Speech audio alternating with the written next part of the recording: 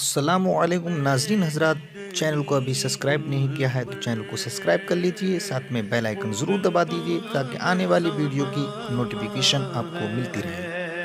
शबे जुमा या यौम जुमा को मुझ पर कसरत से दुरूद पढ़े, कुन्तु लहू शहीदम व शफीअन यौमल क़यामा, मैं क़यामत के दिन उसका शफी और उसका गवाह बनूंगा। शोमिए किस्मत कि अब मुसलमानों को दुरूद पढ़ने का वक्त भी नहीं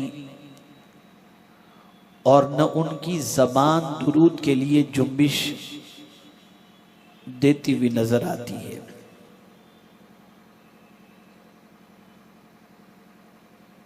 बल्कि सिचुएशन इतनी वर्स्ट हो गई है और इतना बुरा माहौल बन चुका है कि जबान गानों से तर, दिमाग के अंदर फुतूर, और इस तरीके से कौम मुस्लिम अपनी जिंदगी जब गुजार रही है तो इसकी वजह से उम्मत मुस्लिमा जवाल और तबाही और बर्बादी के दहाने पर पहुंच चुकी है। आकाए करीम रऊफ रहीम अलैहि तहियत व तस्लीम दुरूद शरीफ पढ़ने वाले पर कितना करम फरमाते हैं और कितनी निगाहे शफकत फरमाते हैं कि मौला अली करमल्लाहु ताला वजहुल करीम इरशाद फरमाते हैं कि आकाए करीम सल्लल्लाहु ताला अलैहि वसल्लम ने इरशाद फरमाया, मैं उस पत्थर को पहचानता हूं जो ऐलान नबूवत से पहले मुझ पर दुरूद व सलाम पेश किया करता था। जब एक पत्थर रसूल गिरामी वकार सल्लल्लाहु अलैहि वसल्लम पर दुरूद पढ़े तो मुस्तफ़ा जाने रहमत सल्लल्लाहु अलैहि वसल्लम उस पत्थर को पहचान लें, तो अगर उम्मती मोहब्बत में डूब कर दुरूद पढ़े तो क्या मुस्तफ़ा अपने गुलाम को नहीं पहचानेंगे? इस उम्मत को पता नहीं क्या हो गया कि खुराफात की शिकार हो गई, मुकद्दस अय्याम दिए गए, मुकद्दस रातें दी गईं ताकि उन रातों की कद्र करके ये उम्मत अपनी किस्मत को संवार ले। लेकिन सद हजार अफसोस कि आज इस उम्मत का हाल बद से बदतर और खराब से खराब तर होता जा रहा है। वो पैगंबर रहमत सल्लल्लाहु अलैहि वसल्लम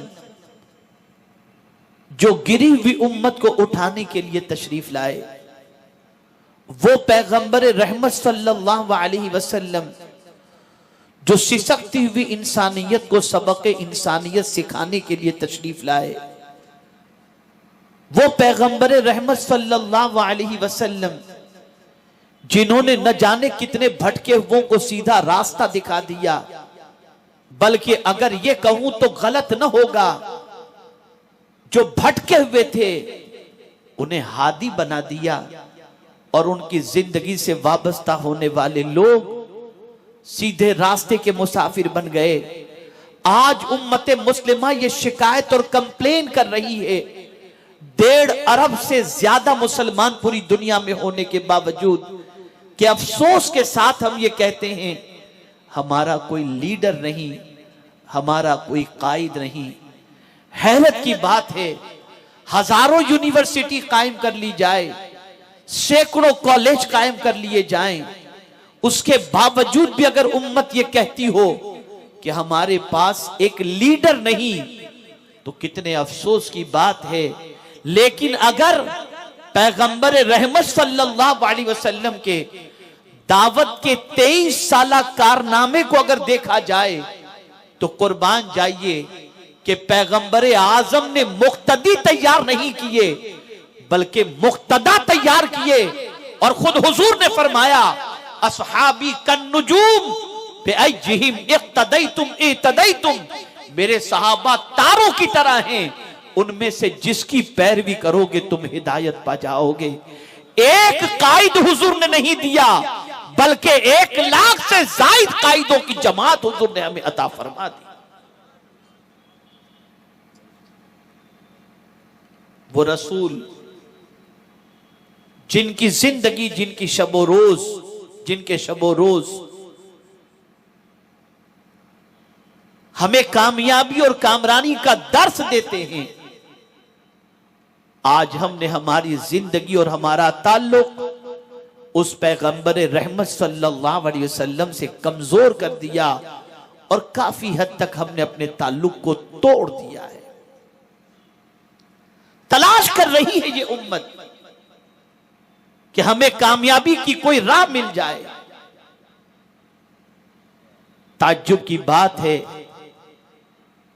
कुरान ने भी कह दिया क्या है, कामयाबी के मुतलाशियों, ऐ कामरानी के ख्वाहिशगार लोगों, अगर तुम कामयाबी चाहते हो तो किसी और की पैरवी की जरूरत नहीं है।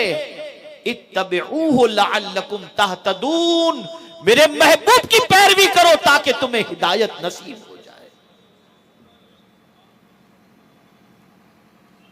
आकाए करीम सल्लल्लाहु अलैहि वसल्लम की पैरवी में हिदायत है। कुरान मुकद्दस की रहनुमाई के अंदर, रास्ता तलाश करने के अंदर हिदायत है। पैगंबर आजम सल्लल्लाहु अलैहि वसल्लम के नक्शे कदम पर चलने में कामयाबी और कामरानी मुज़मर है। सहाबा नफ्स के गुलाम नहीं थे, सही मानों में मुस्तफा जान रहमत सल्लल्लाहु अलैहि वसल्लम के गुलाम थे। उनका अकीदा भी पुख्ता था और उनका अमल भी पुख्ता था। अब आइए, ज्यादा वक्त लिए बगैर मुख्तसर से वक्त के अंदर मैं पैगंबर रहमत सल्लल्लाहु ताला अलैहि वसल्लम की अजमत के हवाले से कुछ बातें आपके गोश गुजार करूं और जिस हदीस मुबारका की तिलावत का मैंने शर्फ हासिल किया उससे मुताल्लिक कुछ बातें अर्ज करूं, ताकि आज जब आप यहां से उठें तो आपके सीने में रहमत आलम सल्लल्लाहु ताला अलैहि वसल्लम की मोहब्बत और उनकी अजमत किसी हद तक जागुज़ी हो चुकी हो। मेरे आका सल्लल्लाहु अलैहि वसल्लम फरमाते हैं, इन्नी अरा मा ला तरौन, बेशक मैं जो कुछ देखता हूं वो तुम नहीं देखते।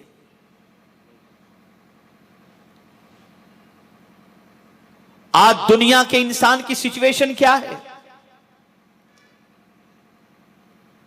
कोई सियासतदान की निगाह में आना चाहता है, कोई सरमाएदार की निगाह में आना चाहता है, कोई साहिब इख्तिदार की निगाह में आना चाहता है, लेकिन सहाबा की तमन्ना बस एक ही थी। अगर किसी की निगाहों में वो बस जाना चाहते थे तो मुस्तफा प्यारे की निगाहों में बस जाना चाहते थे, और जिन पर हुजूर की निगाह रहमत पड़ जाती थी उसकी दुनिया और आखिरत दोनों संवर जाती। इसीलिए बरेली के ताजदार कहते हैं, जिस तरफ उठ गई दम में दम आ गया, उस निगाहे इनायत पे लाखों सलाम। निगाहे मुस्तफा जान रहमत सल्लल्लाहु अलैहि वसल्लम का क्या कहना। मेरे आका सल्लल्लाहु ताला अलैहि वसल्लम यकीनन वो कुछ देखते थे और देखते हैं जो हम और आप नहीं देख सकते। क्या ये बात सच नहीं? क्या ये हदीस मुबारका सच नहीं कि रसूल गिरामी वकार सल्लल्लाहु ताला अलैहि वसल्लम 2 कब्र के करीब से गुजरते हैं तो पैगंबर रहमत सल्लल्लाहु अलैहि वसल्लम ने फरमाया, मैंने देखा कि इन 2 कब्र वालों पर अजाब हो रहा है। उस कब्र में सोने वाले कब के लोग थे नहीं मालूम, कितना अरसा उनके इंतकाल को हुआ था नहीं मालूम, लेकिन पैगंबर आजम की निगाहों का आलम यह है कि कब्र में लेटे हुए शख्स को अजाब हो रहा है, उसे भी पैगंबर आजम देख रहे हैं। और हद तो यह है कि किस अमल की वजह से उस पर कब्र में अजाब हो रहा है, यह भी मेरे मुस्तफा देख रहे हैं। और रहमत आलम सल्लल्लाहु अलैहि वसल्लम ने वजाहत फरमाई कि एक पर इसलिए अजाब हो रहा है कि वो पेशाब के छींटों से नहीं बचता था, और दूसरे पर अजाब इसलिए हो रहा है कि वो चुगली किया करता था। तो जिस रसूल की निगाहों का आलम यह हो कि जमीन के नीचे मौजूद मुर्दे पर होने वाले अजाब को अपनी माथे की आंखों से देख रहे हो और वजह भी जान रहे हो, उस मुस्तफा जाने रहमत की निगाहों का क्या कहना। अब आप देखें, आज भी जमीन के छुपे हुए खजानों को लोग तलाश करते हैं, जमीन के अंदर छुपे हुए पेट्रोल को तलाश करते हैं, जमीन के अंदर छुपे हुए खजानों को तलाश करते हैं, लेकिन किन चीजों के जरिए? आलात के जरिए, इंस्ट्रूमेंट के जरिए, बहुत सारे इंस्ट्रूमेंट के जरिए वो जमीन के अंदर छुपे हुए खजाने को तलाश करते हैं। इंसान की निगाहों में वो ताकत नहीं जो आम इंसान है जमीन के अंदर के छुपे हुए खजाने को देख सके। ये तो मुस्तफा प्यारे की निगाह का मामला है कि बगैर किसी आले के और बगैर किसी इंस्ट्रूमेंट के जमीन के छुपे हुए खजाने को मुस्तफा देखते हुए नजर आ रहे हैं।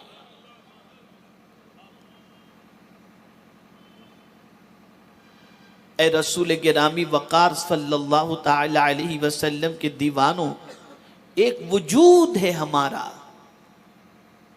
एक जान है, एक जिस्म है हमारा। आप देखें कि अगर सीने में दर्द होता है तो वजह जानने के लिए डॉक्टर ईसीजी करता है, 2D इको करता है, रेडियोलॉजी के जरिए, और न जाने किस किस मरहले से गुजार कर कि कौन सी वेन ब्लॉक है, कितनी ब्लॉक है, इन सारी चीजों को देखने के लिए हाथ रख करके डॉक्टर नहीं बताता, यूं देख करके डॉक्टर नहीं बताता, इंस्ट्रूमेंट का सहारा लेना पड़ता है।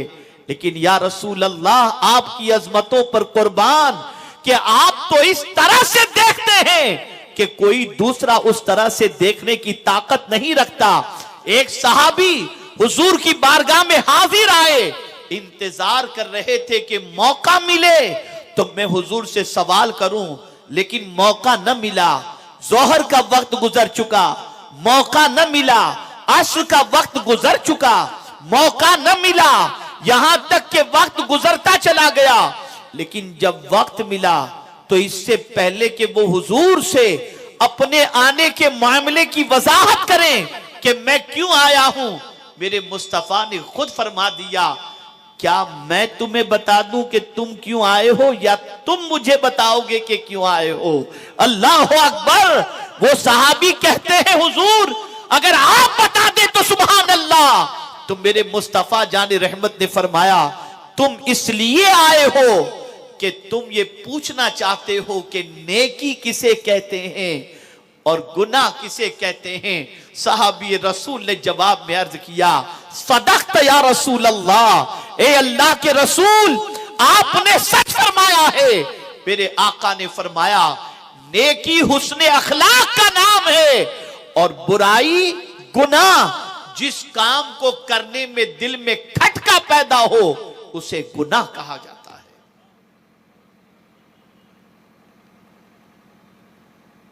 उसे गुनाह कहा जाता है। और मैं पूरे चैलेंज के साथ कहता हूं, आप में से बहुत सारे ऐसे होंगे जो 60 क्रॉस कर चुके होंगे, बहुत सारे ऐसे होंगे जो 20 के होंगे या उससे कम, बहुत सारे 30, 40 और 50 के होंगे। एक सवाल मैं आपसे पूछना चाहता हूं। पैगंबर रहमत सल्लल्लाहु अलैहि वसल्लम ने गुनाह के हवाले से फरमाया, जिस काम के करने में दिल में खटका पैदा हो वो गुनाह है। मेरा चैलेंज है पूरी दुनिया को, जिंदगी में कभी आप याद करो, अल्लाह न करे आपसे कोई गुनाह हुआ हो तो याद करो कि पहली मर्तबा, फर्स्ट टाइम जब उस गुनाह को करने का ख्याल पैदा हुआ होगा तो दिल में खटक, डर, खौफ ये महसूस हुआ होगा या नहीं?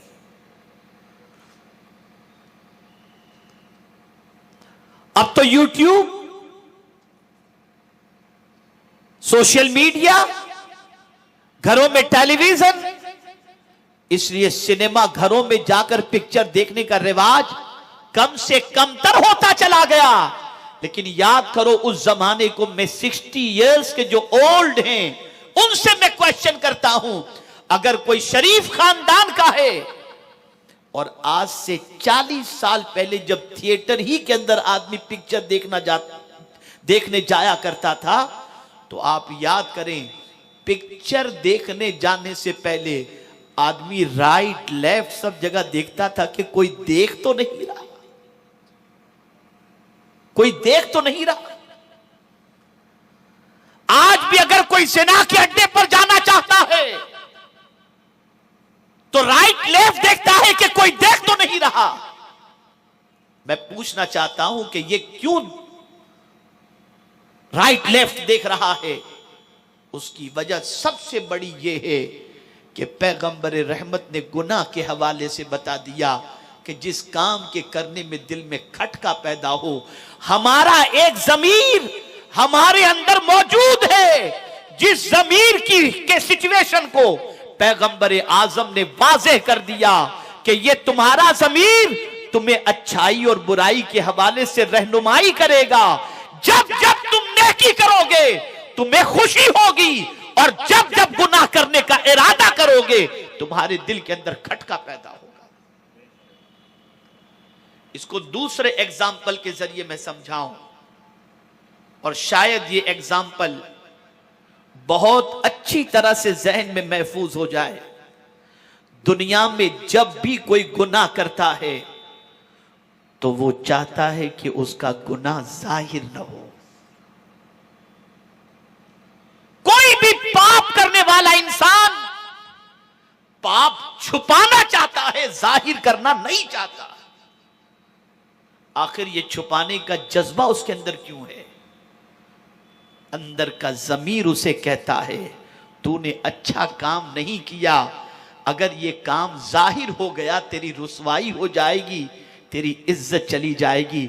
लेकिन मैं चैलेंज के साथ कहता हूं, नेकी करके छुपाना नहीं चाहता, जब नेकी करता है तो चाहता है कि इसकी खबर पूरी दुनिया को हो जाए। ये उसका ज़मीर उसे आवाज देता है कि वो नेकी छुपाना नहीं चाहता, नेकी छपाना चाहता है, गुनाह छुपाना चाहता है। तो पैगंबर रहमत की बारगाह में सवाल लेकर के आने वाले को आकाए करीम सल्लल्लाहु अलैहि वसल्लम ने कितना अजीम सबक और साइकोलॉजिकल अगर देखा जाए तो उसकी तवज्जो को किस तरफ माइल फरमा दिया कि जब कोई काम करते वक्त दिल में खटका पैदा हो तो समझना कि ये गुनाह है, और जिस काम के करते वक्त दिल के अंदर खुशी महसूस हो या हुस्न अखलाक का मुजाहिरा तुम करो तो समझ लो कि ये नेकी। तो अल्लाह के रसूल सल्लल्लाहु अलैहि वसल्लम आने वाले को भी जानते हैं और आने वाले के दिल के हालात और उसके सवाल को भी जानते हैं। ये बुखारी शरीफ की हदीस है जो मैं अर्ज करने जा रहा हूं। आकाए करीम सल्लल्लाहु अलैहि वसल्लम फरमाते, तुम देखते हो कि मेरा चेहरा किबले की तरफ है, लेकिन तुम्हारा खुशू भी मुझसे पोशीदा नहीं, तुम्हारा रुकू भी मुझसे पोशीदा नहीं।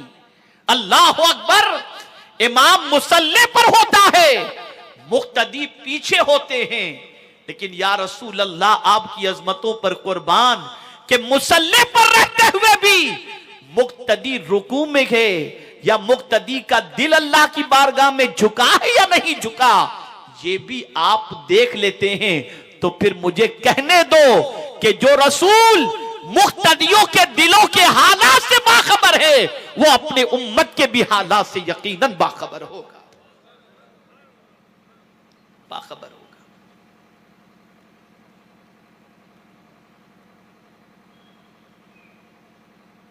आप रसूल आजम की हयात तैयबा का मुताला करें।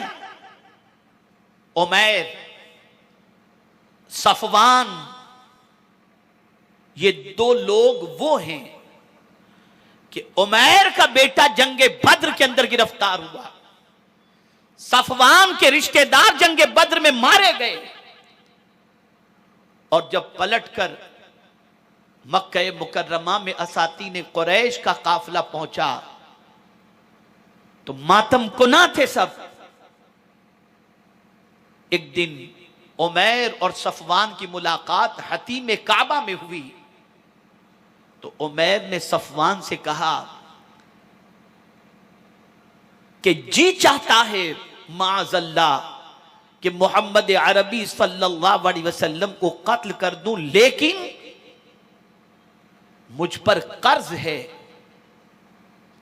और मेरे अहलो अयाल की फिक्र मुझे सताती है कि कहीं मुझे किसी ने पकड़ लिया और मार दिया तो मेरे बीवी बच्चों का क्या होगा। तो सफवान ने उस वक्त मक्के में, हुजूर मदीने में हैं, उमैर और सफवान दोनों मक्के में हैं।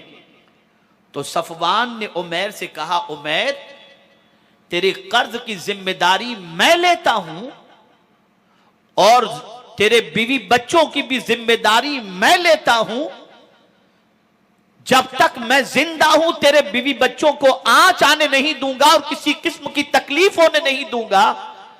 तेरे दिल में मोहम्मद सल्लल्लाहु अलैहि वसल्लम के हवाले से जो इरादा है तो उस इरादे को पूरा कर ले। तो उमैर ने कहा, सफवान शर्त यह है कि हम दोनों की बातों की खबर किसी तीसरे को नहीं होनी चाहिए। सफवान ने वादा किया।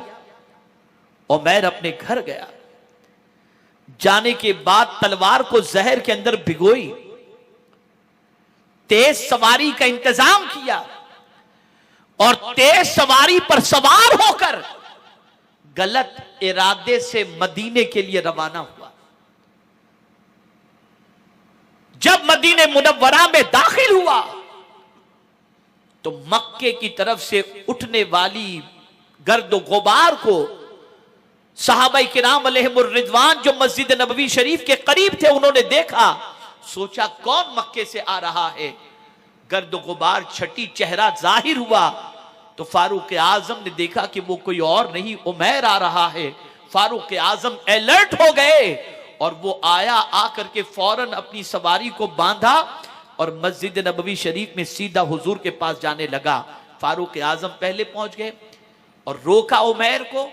सरकार ने फरमाया, उमर, उमैर को आने दो, आने दो उमैर को। सरकार ने फरमाया, उमैर आओ। उमैर करीब आया। सरकार ने फरमाया, उमैर कैसे आना हुआ? तो अर्ज करने लगा, मेरा बेटा आपके यहां गिरफ्तार है, उससे मिलने और उसे लेने आया हुआ हूं। तो सरकार ने फरमाया, गले में जो तलवार तुम्हारे लटक रही है ये लेकर क्यों आए हो? कहा, हमारी तलवार ने मैदान बद्र में आपका क्या बिगाड़ लिया था कि मैं अभी आपका कुछ बिगाड़ लूंगा? ये तलवार यूं ही साथ लेकर आ गया। तब सरकार ने फरमाया, उमैर तुम सच बोलते हो या मैं तुम्हें बता दूं? उमैर ने कहा, अगर आप बता दें तो क्या कहना। मेरे मुस्तफा जाने रहमत ने फरमाया, उमैर हतीम काबा में तुम्हारी और सफवान की क्या बात हुई थी? क्या बात हुई थी? उमैर का इतना सुनना था, कदमों में गिर गए और कहा, मदीने में रहकर जो मक्के के हालात को देख रहा हो वो नबी के अलावा कोई और नहीं हो सकता। मुझे कलेमा पढ़ाओ और अपने गुलामों में शामिल कर लो।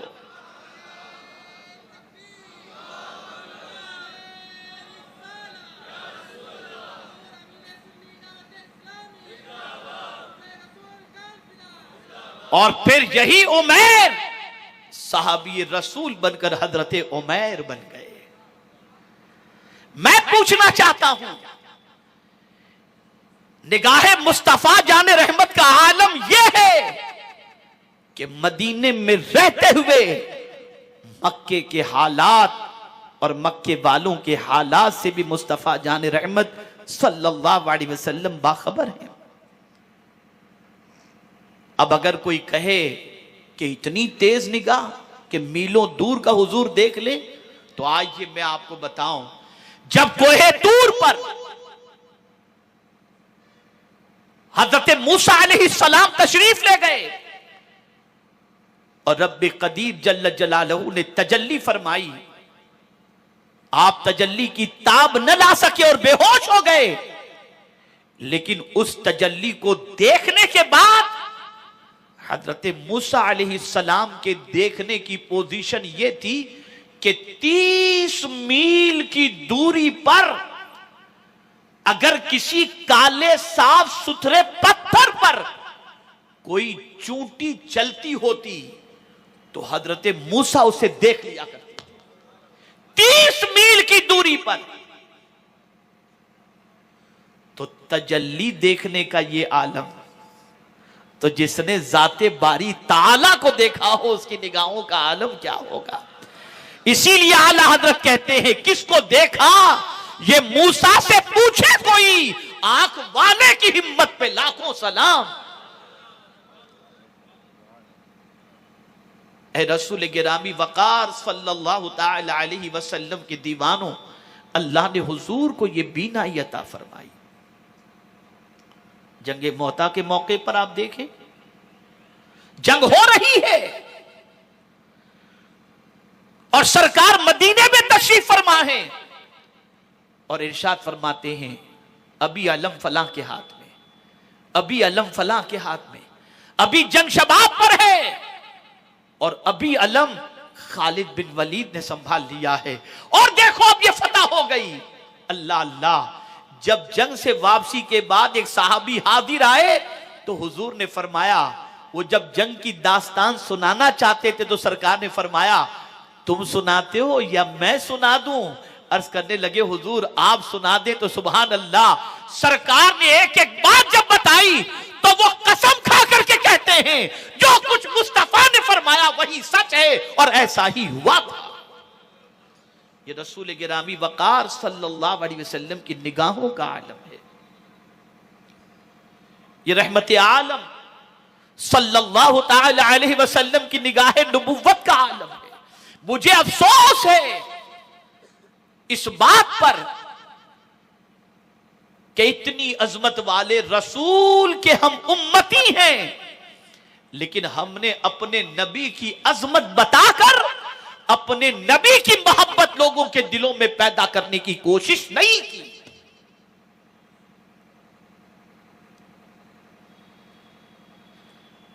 गज़वे तबूक के मौके पर सफर के दौरान एक जगह पर रसूल आजम सल्लल्लाहु ताला अलैहि वसल्लम और सहाबा किराम अलैहिमुर रिज़वान ने पड़ाव डाला। आप जानते हैं,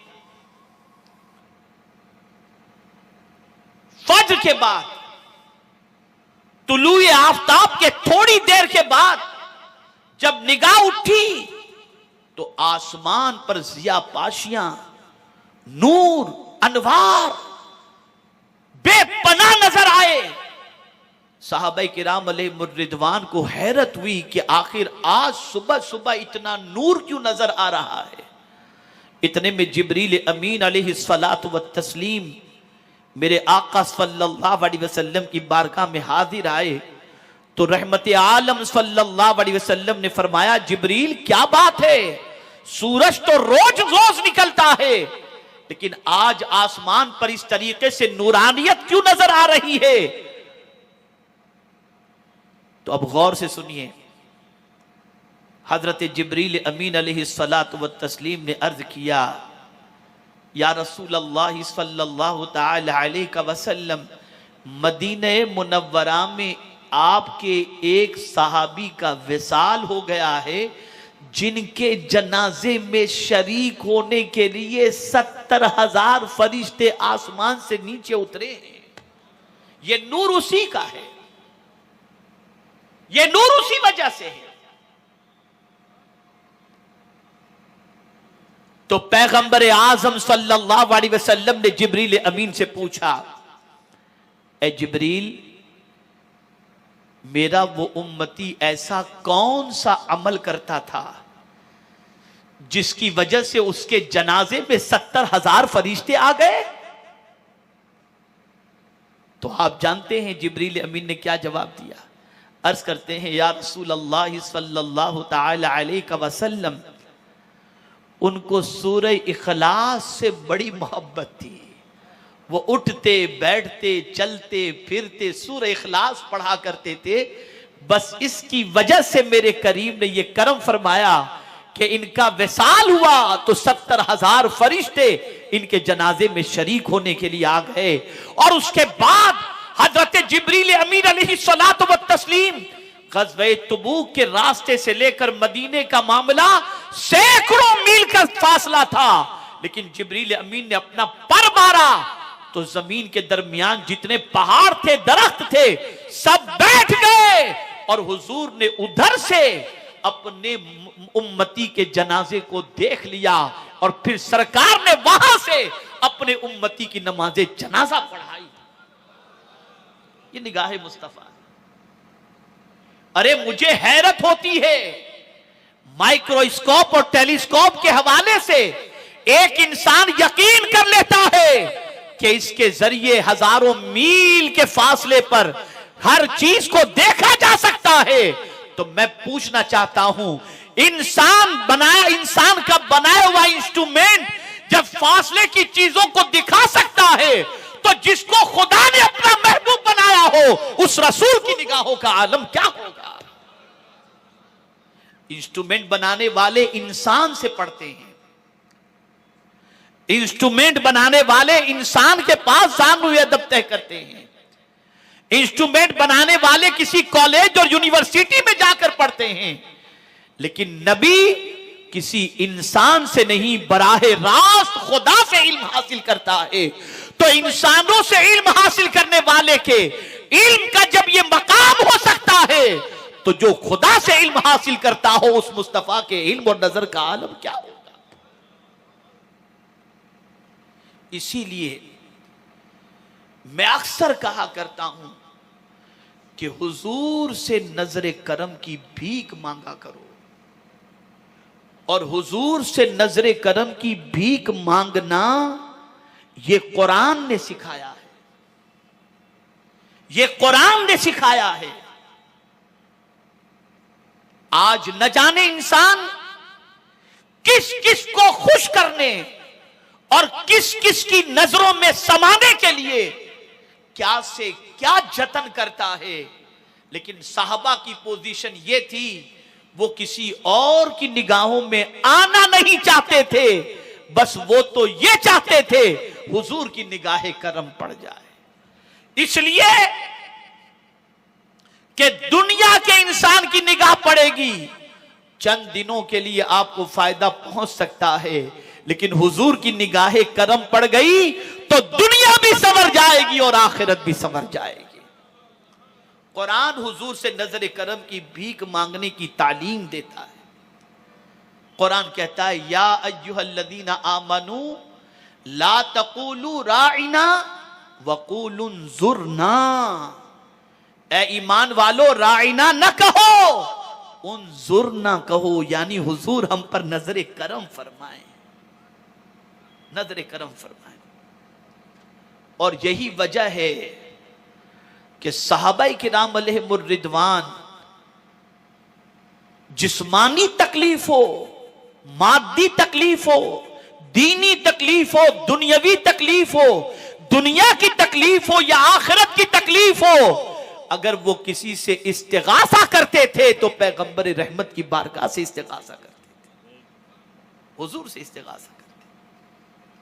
लेकिन अफसोस, सद हजार अफसोस, अब तो हुजूर को इस तरह से पेश किया जाता है माअज़ल्लाह कि वो हमारी तरह थे, आखिर क्या हो गया? हमारी निगाहों का आलम तो यह है कि जमीन पर पड़ी हुई चीज नजर नहीं आती और उनकी निगाहों का मुकाबला करने जाते हैं। हम लोगों के लिए तो पोश एरिया के अंदर दीवारों पर लिखा हुआ नजर आता है, डू नॉट स्पीक, थूकना मना है, इसलिए कि हम थूकें तो बीमारी फैल जाए। लेकिन हजरत क़तादा की आंख का ढेला जब निकला तो हुजूर की बारगाह में हाजिर आए तो हुजूर ने अपना लुआब दहन निकाल कर लगा दिया तो हजरत क़तादा की आंख ठीक हो गई। हम थूकें तो मुआशरे में बीमारी फैल जाए और हुजूर की थूक मुबारक से बीमारों को शिफा नसीब हो जाए। ये मेरे मुस्तफा की शान है, ये मेरे मुस्तफा की अजमत है। तो हुजूर फरमाते हैं, जो मैं देखता हूं वो तुम नहीं देखते, जो मैं सुनता हूं वो तुम नहीं सुनते। ए हुजूर सल्लल्लाहु अलैहि वसल्लम के दीवानों, बस कोशिश करो हुजूर की निगाहों में आने की, और हुजूर की निगाहों में आना है तो बस इस चीज का ख्याल रखें, कोई ऐसा काम न करें जिससे हुजूर नाराज होकर अपनी निगाहें फेर लें।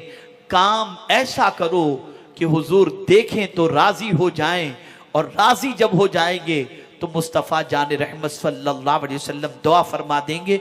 आखिरी एक बात अर्ज करके मैं अपनी गुफ्तगू को वाइंड अप करता हूँ, ख़त्म करता हूँ। हज़रत अहनफ बिन कैस रज़ियल्लाहु ताला अन्हु बड़े अजीम दाई थे, मुबल्लिगीन खास तौर पर समाअत फरमाएं, अजीम दाई थे।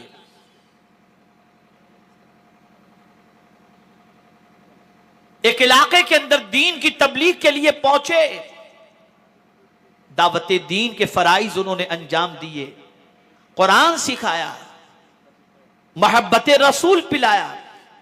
मेरे आका सल्लल्लाहु अलैहि वसल्लम का गुजर वहां से हुआ, देखा हुजूर ने तो मुआशरे में तब्दीली नजर आई, अदब नजर आया, डिसिप्लिन नजर आया, और उनके अंदर अखलाक नजर आया, कुरान मुकद्दस पढ़ने का सलीका नजर आया। तो मेरे आका सल्लल्लाहु अलैहि वसल्लम ने दरियाफ्त फरमाया कि तुम्हारे यहां ये माहौल कैसे बना? अर्ज करते हैं, हुजूर अहनफ बिन कैस ने हमारे इलाके को संवार दिया है।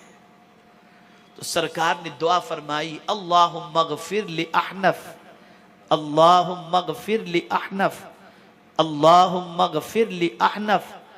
हजरत अहनफ बिन कैस कुछ अरसे के बाद फिर उस इलाके में पहुंचे तो लोगों ने कहा, अहनफ मुबारक हो, मुबारक हो। उन्होंने कहा, किस बात की मुबारक देते हो? कहा, हुजूर ने तुम्हारी मगफिरत की दुआ फरमाई है। कहा, किस वजह से? कहा, यहां जो माहौल तब्दील हुआ, जिसके लिए तुमने मेहनत की थी, हमने तुम्हारे कारनामे को हुजूर के सामने पेश किया, हुजूर राजी हो गए और तुम्हारे लिए मगफिरत की दुआ फरमा दी। पता ये चला, अगर कोई हुजूर की उम्मत को सीधे रास्ते पर लाने के लिए, बिगाड़ से संवारने के लिए, इल्म से आरास्ता करने के लिए, उसके प्रॉब्लम्स के सॉल्यूशन के लिए, उसके साथ खैर ख्वाही के जज्बे के साथ अगर नेक काम करता है और हुस्ने सलूक करता है, तो कोई उसकी कद्र करे या दुआ दे, न भी दे तो कोई मसला नहीं, हुजूर की दुआ उस बंदे के लिए काफी है। आज सोच बदल गई, ये बेटा हमारा थोड़ी है, फला का है, हमें हमारे बेटे की फिक्र है। हर कलिमा पढ़ने वाला हुजूर का उम्मती है, जिसके सीने में मेरे आका की मोहब्बत है और गुस्ताखे रसूल नहीं है। मेहनत करो, मशक्कत करो, तकालीफ झेलो। ये नहीं कि इस मुआशरे के अंदर, इस गली में गरीब रहते हैं और इन गरीबों के बच्चे गाली गलोच करते हैं, या गरीबों के बच्चे ड्रग्स इस्तेमाल करते हैं, या गरीबों के बच्चे अनपढ़ हैं, हमें क्या जरूरत, हम इस गिरी हुई सोसाइटी की तरफ जाएं? नहीं, गरीब से मोहब्बत करना भी मेरे मुस्तफा की सुन्नत है, सुन्नत है। इसलिए कि याद रखिएगा मेरा ये जुमला, एक जमाना था कि मुआशरे के अंदर एक बिगड़ा हुआ तलाश करना मुश्किल था, और आज मुआशरे की पोजीशन यह है कि एक संवरा हुआ तलाश करना मुश्किल हो जाता है। वजह क्या बनी? हमने पूरे मुआशरे को छोड़ दिया। मुआशरे का हर बच्चा हमारा बच्चा है। बिगड़ रहा है, संवारो। जिहालत की वादियों में भटक रहा है, इनका इंतजाम करो। इसलिए कि आप और हम नहीं जानते कि जिस बच्चे के इल्म और अखलाक के लिए हम मेहनत कर रहे हैं, वही बच्चा मुस्तकबिल में पूरी कौम को उठाने वाला बनेगा। इमाम गजाली के उस्ताद को नहीं मालूम था कि ये वक्त का इमाम गजाली बनेगा। इमाम राजी के उस्ताद को नहीं मालूम था ये वक्त के इमाम राजी बनेंगे। इमाम जलालुद्दीन सुयूती के उस्ताद को नहीं मालूम था कि ये वक्त के इमाम बनेंगे। वो तो दरसगाह में पढ़ने के लिए आते थे, निगाहें उस्ताद पड़ गई, मेहनत की, मशक्कत की, और अल्लाह ने वक्त का इमाम उन्हें बना दिया। हमारी जिम्मेदारी बनती है कि हम मेहनत करें, हम कौम के हर फर्द के लिए कोशिश करें, हर फर्द की जरूरत का एहतमाम करें। अगर हुजूर की नजरों में आना है, अगर हुजूर की नजरों में आना है, और जो उनकी निगाह में आ गया वो बड़ी पनाह में आ गया, बड़ी पनाह में आ गया। तो मेरे प्यारे आका सल्लल्लाहु ताला अलैहि वसल्लम के प्यारे दीवानों, कमर कसो सोसाइटी के मुसीबत ज़दा, जिहालत ज़दा मुआशरे को अगर आपने मेहनत और मशक्कत के जरिए संवार दिया तो याद रखें दुनिया और आखिरत दोनों आपकी संवर जाएगी। इस बात को याद रखें कि हम और आप नहीं जानते हमारी जिंदगी कितनी है, नहीं जानते, लेकिन अगर इस दुनिया में जाने से पहले हमने कोई अच्छा काम कर लिया तो यही काम हमारी नजात का जरिया बन जाएगा। ईमान वालों का कोई भी काम जो अल्लाह की मखलूक के लिए किया जाए, मेरा मौला उस काम के अज्र को जाय नहीं फरमाता, उसका अज्र दुनिया में भी अता फरमाता है और आखिरत में भी अता फरमाता है।